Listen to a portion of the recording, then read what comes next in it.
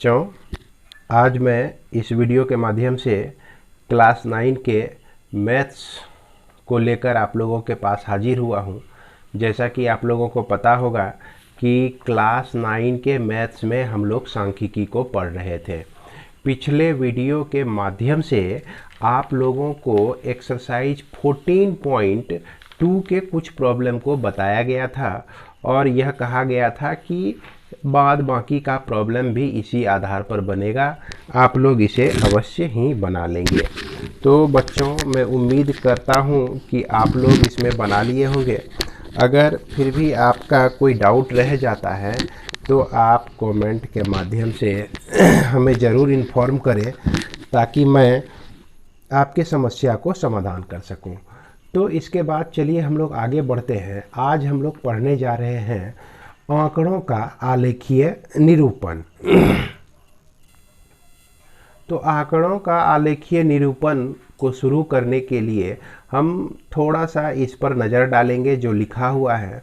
तो इसमें मुख्य बात क्या है कि आलेखीय निरूपण जो होता है यानी कि ग्राफिकल रिप्रेजेंटेशन की ओर अपना ध्यान केंद्रित करें। तो इस संबंध में एक कहावत यह रही है कि एक चित्र 1000 शब्द से भी उत्तम होता है।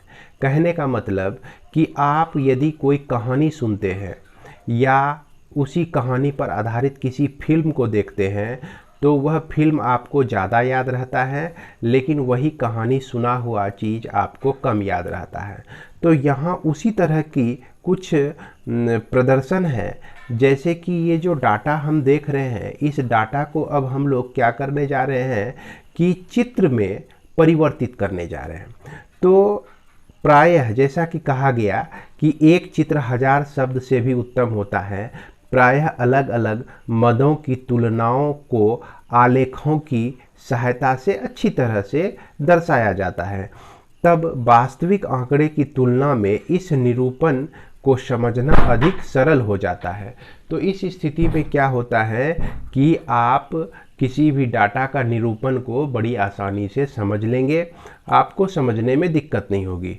तो इस तरह से पिक्चोरियल रिप्रेजेंटेशन यानी कि आलेखीय निरूपण जो होते हैं वह आपका 3 तरह के होते हैं। जैसा कि यहाँ हमने लिखा है आप लोगों के लिए कि आंकड़ों का आलेखीय निरूपण जो कि कितने तरह से हम लोग कर सकते हैं, 3 तरह से कर सकते हैं। और ये 3 तरीके कौन कौन से हैं इस पर ध्यान दीजिए। तो इसे जो है हम लोग आलेखीय निरूपण जो है दंड आलेख, आयत चित्र और बारंबारता बहुभुज, यानी कि हम जो पिक्चर बनाएंगे ना इस डाटा का क्या बना रहे हैं हम लोग, चित्र बना रहे हैं यानी कि पिक्चर बना रहे हैं।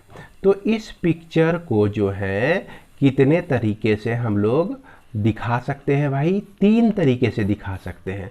दंड आलेख बनाकर दिखा सकते हैं, आयत चित्र बना के दिखा सकते हैं और बारंबारता बहुभुज बना के दिखा सकते हैं। तो दंड आलेख को इंग्लिश में बार ग्राफ कहते हैं, आयत चित्र को हिस्टोग्राम कहते हैं और बारंबारता बहुभुज को फ्रीक्वेंसी पॉलीगन कहते हैं। मैं आपको बारी बारी से इसका चित्र दिखाता हूँ। जैसा कि पहला नंबर है आपका दंड आलेख। तो यही देखिए कि यही जो आप चित्र देख रहे हैं ना, ये दंड आलेख है, यानी कि दंड के समान, डंडा के समान खड़ा है। ये एक डंडा खड़ा है, ये दूसरा डंडा खड़ा है, ये तीसरा डंडा, यह चौथा डंडा, यह 5वां, यह 6ठा, 7वां, 8वां, इस तरह से ये जो हो गया आपका दंड आलेख हो गया। तो दंड आलेख की आकृति इस तरह से होती है। फिर दूसरा आप देख सकते हैं कि दूसरा आपका क्या है, आयत चित्र है। तो आयत चित्र जो हमारा बनता है वो आयत चित्र को मैं आपको फिगर दिखाता हूँ। ये आपका इस तरह का चित्र अगर देखेंगे तो आयत चित्र है भाई। इसको पहचानेंगे कैसे? देखिए यहाँ भी एक आयत बना हुआ है, इससे सटा हुआ एक दूसरा आयत बना हुआ है, इससे सटा हुआ एक तीसरा आयत बना हुआ है, फिर चौथा आयत बना हुआ है। तो इस सब की ऊंचाई जो है अलग अलग है, किसी की ऊंचाई बराबर है, यानी कि इसका जो है बारंबारता समान है। इस दोनों की बारंबारता जो है क्या है, समान है। इसको भी हम लोग आगे जाके समझेंगे। फिलहाल यह समझिए कि आयत चित्र को हम लोग इस तरह से बनाएंगे। यह भी आप देख सकते हैं, यह भी क्या है, आपका आयत चित्र है। उसके बाद यहाँ चलते हैं तो यहाँ पर हम देख सकते हैं यह दंड आलेख है। ये अलग अलग होता है, इसके बीच में समान दूरियां होती हैं, यह समान दूरी से अलग होता है और हर एक दंड की चौड़ाई जो होती है बराबर होती है। इसके बाद यहाँ पर देखें, ये आपका आयत चित्र है। इसके बाद हम लोग यह जाने कि तीसरा नंबर जो है आपका बारंबारता बहुभुज, ये कैसा चित्र दिखेगा।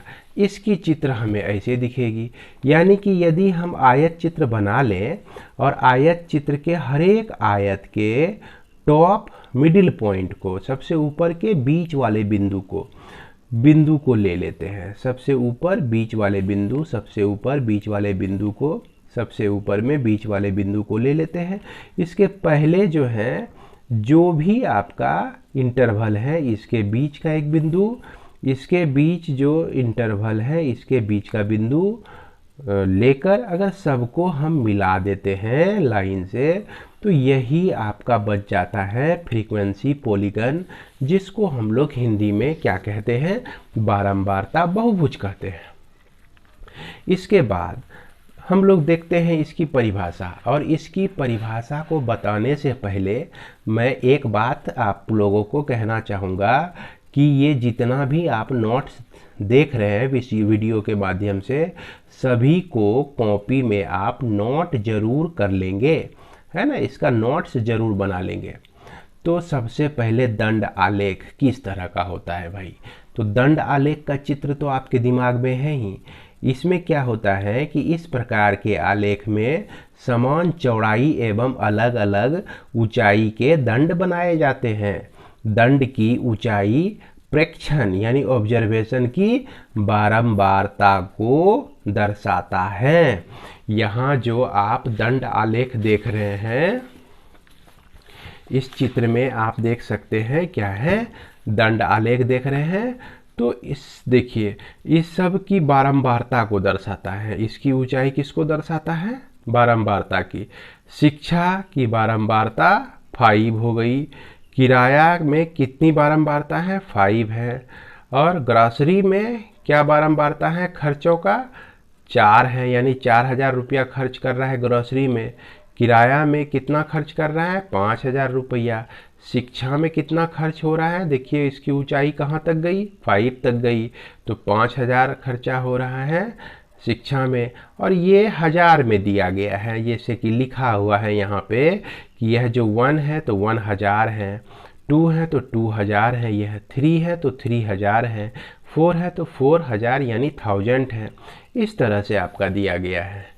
तो इसको हम और क्या लिख सकते हैं, इसमें एक अक्ष पर एक चर अथवा प्रेक्षण को प्रकट करने वाले एक समान चौड़ाई के दंड खींचे जाते हैं, जिसके बीच में बराबर दूरियां छोड़ी जाती हैं। अब क्या है कि इसको मैं आपको ग्राफ पेपर पे बना के कुछ प्रॉब्लम को समझाऊंगा। फिलहाल आप दंड आलेख के बारे में हमें उम्मीद है कि समझ गए होंगे कि दंड आलेख का चित्र किस तरह से होता है। इसको चाहे तो आप इस तरह से भी डिफाइन कर सकते हैं, इन ए बार ग्राफ बार्स, बार्स मतलब होता है दंड, बार ग्राफ करने का मतलब दंड आलेख। तो bar graph a of uniform width are drawn with various height, अलग अलग ऊंचाई के हाइट का हम लोग बार्स ड्रॉ करते हैं। इस तरह से यहाँ पर जो है बराबर दूरी बीच में मेंटेन करना पड़ता है। क्या समझे, क्या है कि इसके बीच जो है बराबर दूरियां होती है ना, इसमें कंफ्यूज नहीं करेंगे। और the height of the bar represent the frequency of the corresponding observation, जिसकी जो हाइट होती है वो किसको दर्शाता है भाई, फ्रीक्वेंसी को दर्शाता है। यानी कि यह जो है बारंबारता को प्रदर्शित करता है। वाई अक्ष, समझ गए, वाई अक्ष किसको प्रदर्शित करता है, बारंबारता को। और एक्स अक्ष जो है यह आपका आइटम को प्रेजेंट करता है या इंटरवल को प्रेजेंट करता है है ना, यही सब चीज़ों को, आइटम मतलब जिसके बारे में चर्चा की गई है, जो भी ऑब्जर्वेशन है उसका कुछ ना कुछ बारंबारता है, वही ऑब्जर्वेशन, या इसको ऑब्जर्वेशन कहिए या इसको हिंदी में प्रेक्षण कहिए। तो प्रेक्षण को हम लोग एक्स एक्स पे लेते हैं और बारंबारता को वाई एक्स पे लेते हैं। तो उम्मीद करते हैं कि यह आप दंड आलेख समझ गए होंगे। इसके बारे में हम लोग प्रॉब्लम बनाएंगे, लेकिन पहले हम लोग सभी का परिभाषा को समझ लेते हैं। इसके बाद चलते हैं हम लोग आयत चित्र में। आयत चित्र तो आपको समझ में आ ही रहा होगा कि जैसा कि यह चित्र जो दिया गया है आपका क्या है, आयत चित्र है। और आयत चित्र में जैसा जैसा जो कुछ देख रहे हैं ना, उसी चीज़ को मैं यहाँ लिख के बताया हूँ, है ना। क्योंकि देखिए बच्चे जो हैं लिखने से डरते हैं। बच्चों, लिखने से डरे नहीं, जितना लिखिएगा उतना आपके लिए फ़ायदेमंद होगा। अब यहाँ पर आयत चित्र का प्रयोग संगत वर्ग अंतराल में बारंबारता बंटन सारणी को आलेखीय रूप में दर्शाने के लिए किया जाता है ना। बारंबारता बंटन सारणी को आलेखीय रूप में निरूपित करना है, तो इसको निरूपित करने के लिए हम कौन सा चित्र लेते हैं भाई, आयत का उपयोग करते हैं। कैसा आयत का उपयोग करते हैं, तो ये देखिए इस तरह के आयत का उपयोग करते हैं, है ना। इस तरह से आयत का उपयोग करते हैं, इस तरह से हम आयत का उपयोग करते हैं, इस तरह के आयत का उपयोग करते हैं। और इसके बीच में जो है कोई खाली जगह नहीं छोड़ा जाता है। दंड आलेख में क्या होता है कि इसके बीच में खाली स्पेस होता है, लेकिन इसमें जो है स्पेस बीच में नहीं छोड़ा जाता है। उसके बाद ये क्या कहता है कि इसमें आयताकार आलेख दंड के आधार वर्ग अंतराल को दर्शाता है। आधार जो होता है ना एक्स एक्सिस, ये जो आप देख रहे हैं नीचे में एक्स एक्सिस, यही वर्ग अंतराल को दर्शाता है। किसको दर्शाता है, वर्ग अंतराल को एक्स एक्सिस दिखाता है। और वाई एक्सिस किसको दर्शाता है, वाई एक्सिस इसमें भी बारंबारता को ही दर्शाता है। तो दो क्रमागत आयताकार आलेख के बीच कोई रिक्त स्थान नहीं छोड़ा जाता है। क्या समझे कि दो आलेख के बीच कोई रिक्त स्थान हम लोग नहीं छोड़ते हैं। अब इसी चीज़ को हम लोग इन इंग्लिश में इस तरह से डिफाइन कर सकते हैं कि ए हिस्टोग्राम, ध्यान दीजिए, हिस्टोग्राम का मतलब होता है आयत चित्र, मतलब होता है is the graphical representation of a frequency distribution in exclusive form।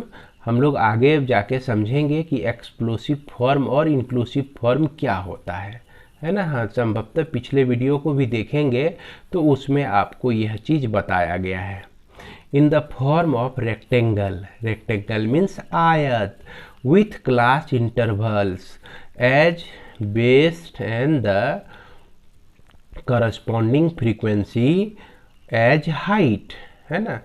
Class interval को बेस पे हम दिखाते हैं और हाइट में कहाँ किसको दिखाते हैं भाई, फ्रीक्वेंसी को दिखाते हैं। अब कह रहा है there being no gap between any two successive rectangle, दो सक्सेसिव रेक्टेंगल, दो लगातार रेक्टेंगल के बीच कोई गैप नहीं छोड़ा जाता है।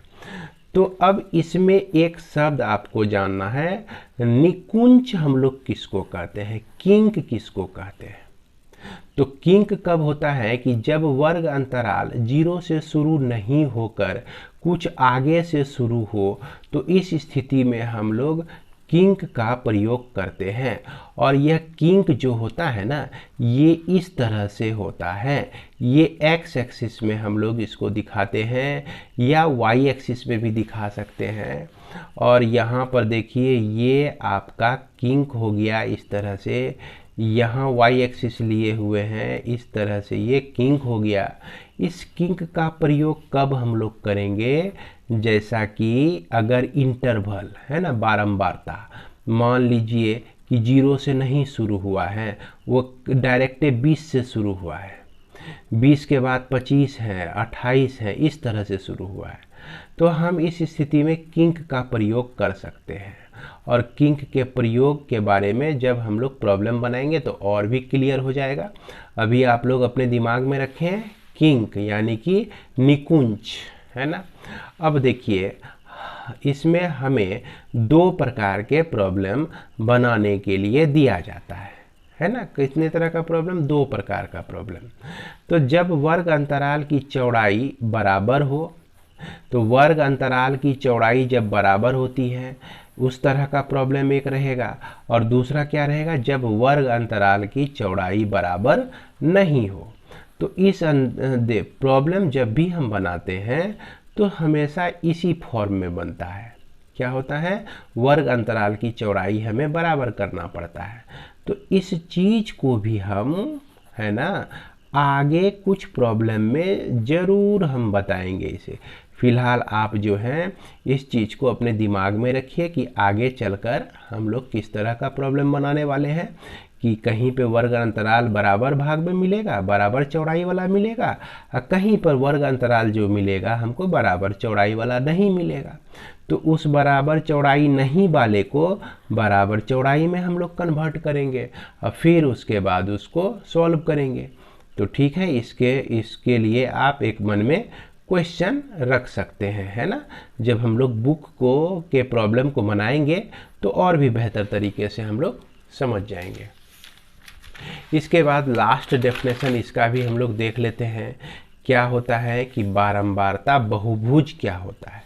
तो जैसा कि हमने आपको बताया, क्या बताया भाई, कि बारंबारता बहुभुज में हम लोग क्या करते हैं कि आयत चित्र बनाते हैं। आयत चित्र में हर एक आयत के मध्य बिंदु के पर मध्य में एक एक बिंदु ले लेते हैं, और इसके पहले भी एक इंटरवल में मध्य बिंदु लेते हैं, और लास्ट में भी एक इंटरवल में एक मध्य बिंदु लेते हैं, और सभी बिंदुओं को हम लोग मिला देते हैं। और यह जो आयत दिख रहा है ना, इसको मिटा दीजिए, यानी कि सिर्फ ये लाइन को रहने दीजिए। तो ये जब लाइन रहेगा ना तो यही आपका हो जाएगा, क्या हो जाएगा, फ्रीक्वेंसी पॉलीगन, जिसको हम लोग हिंदी में क्या कह सकते हैं, बारंबारता बहुभुज कह सकते हैं। तो अब इसके लिए हम लोग देख सकते हैं, किसी दिए गए बारंबारता बंटन सारणी का आयत चित्र बनाते हैं। तो इस आयत चित्र के संगत आयतों के ऊपरी भुजाओं के मध्य बिंदु को, जैसे हमने बताया ना, आयत चित्र हम बनाए और ऊपरी भुजाओं के मध्य बिंदु को यहाँ तक लिखें। उसके बाद ये बीच वाला नहीं लिखिएगा, समझ गए, ये बच्चों गलत हो गया है। मध्य बिंदु को के साथ अन्य 2 मध्य बिंदुओं जो कि बारंबारता बंटन सारणी के पहले और अंत में लिए गए शून्य बारंबारता के वर्ग अंतराल से लिया जाता है। तो इसके पहले की बारंबारता वर्ग अंतराल, और इसके पहले का वर्ग अंतराल ये हो गया, इसके बाद का वर्ग अंतराल ये हो गया, इसके मध्य बिंदु को भी ले लिए, उसके बाद इस सबको मिला दिए। तो यही बन गया आपका, क्या बन गया, बारंबारता बहुभुज बन गया। यानी कि यहाँ पर हम लोग जो काम करेंगे, है ना, उसको हमने यहाँ पे लिख दिया। हालांकि यह याद रखने की चीज़ नहीं है, ये समझने की चीज़ है। लेकिन फिर भी मान लीजिए भविष्य में यदि आप भूल जाते हैं, अभी हम समझा दिए और भविष्य में भूल गए, तो ये चीज़ जब लिखा रहेगा ना, ये ऊपर और नीचे, ऊपर और नीचे वाला, तो आपको सारा कुछ याद आ जाएगा। तो बच्चों इसको हम दूसरे तरह से अब आगे देखते हैं कि आयत चित्र बनाए बिना ही बारंबारता बहुभुजों को स्वतंत्र रूप से भी बनाया जा सकता है। तो इसका मतलब क्या हो गया कि यह जो बारंबारता बहुभुज हो रहा है ना, तो इसको बिना आयत चित्र बनाए भी हम बारंबारता बहुभुज को बना सकते हैं, है ना। तो यही बात बोला है यहाँ पे। इसके लिए हमें आंकड़ों में प्रयुक्त वर्ग अंतरालों के मध्य बिंदु की आवश्यकता होगी। तो ये जो आपका वर्ग अंतराल है ना, इस वर्ग अंतराल के मध्य बिंदु को चुनना है। इस वर्ग अंतराल के मध्य बिंदु को चुन के ऊपर बढ़िएगा तो सी पे पहुंच जाइएगा। इस वर्ग अंतराल के मध्य बिंदु को पकड़ के आप ऊपर बढ़ेंगे तो डी पे पहुंच जाएंगे। वही बात यहाँ पे लिखा गया है। तो मध्य बिंदु की आवश्यकता होती है। वर्ग अंतरालों के इन मध्य बिंदु को वर्ग चिन्ह कहा जाता है। क्या कहा जाता है भाई? वर्ग चिन्ह कहा जाता है। मध्य बिंदु का जो भी मान होता है ना, उसे हम लोग क्लास मार्क कहते हैं। वर्ग चिन्ह बराबर ऊपरी सीमा जोड़ निम्न सीमा बटे 2। तो इसको भी हम लोग आगे चलकर, है ना, आगे चलकर निकालेंगे। अभी ये सारे चीज को क्या करना है? पहला काम कि कॉपी में लिख लेना है। कॉपी में लिख लेना है। लिखने के बाद जो है उसको याद कर लें, है ना, याद करें। कैसे याद करें? समझ के याद करें, समझ पर आधारित, है ना। और यह समझ पर आधारित याद करने का मतलब हुआ कि कोई ज़रूरी नहीं है कि आप जैसा लैंग्वेज हम लिखे हैं वैसा ही लैंग्वेज लिखिए। मतलब कि आप अपने लैंग्वेज में भी यहाँ लिख सकते हैं, लेकिन जो मैटर इसमें है, जो मैटर इस सब में है, वो मैटर ज़रूर आना चाहिए, वो बात वहाँ पर ज़रूर आना चाहिए। और याद कर लेने के बाद उसको 3 बार लिखें। कितने बार लिखें? 3 बार, है ना, 3 बार रफ कॉपी में लिखें। रफ कॉपी में लिखें। तो मुझे उम्मीद है कि ये जब सब आपका ऊपर बताया गया, जितना भी बताया गया, यह आप क्लियर कर लेते हैं, तो फिर आपको जो है प्रॉब्लम बनाने का सिर्फ काम रह जाता है ना। तो प्रॉब्लम बनाने में भी बच्चों दिक्कत नहीं होगी। अब हम लोग इसके बाद जो नेक्स्ट वीडियो हमारा आएगा ना, तो नेक्स्ट वीडियो में हम लोग क्या करेंगे? यह 14.3 के प्रॉब्लम को बनाएंगे। किसको बनाएंगे भाई? 14.3 क्लास 9 NCERT बुक, इसमें से कुछ प्रॉब्लम को बनाएंगे। और इस प्रॉब्लम में से किसी का आयत चित्र ड्रॉ करना है, किसी का दंड आलेख ड्रॉ करना है, किसी का हम लोग को फ्रीक्वेंसी पॉलीगन बनाना है, बारंबारता बहुभुज बनाना है। तो बच्चों इसे आप लोग याद जरूर कर लेंगे। इसी के साथ इस वीडियो को मैं विराम देता हूँ। जय हिंद।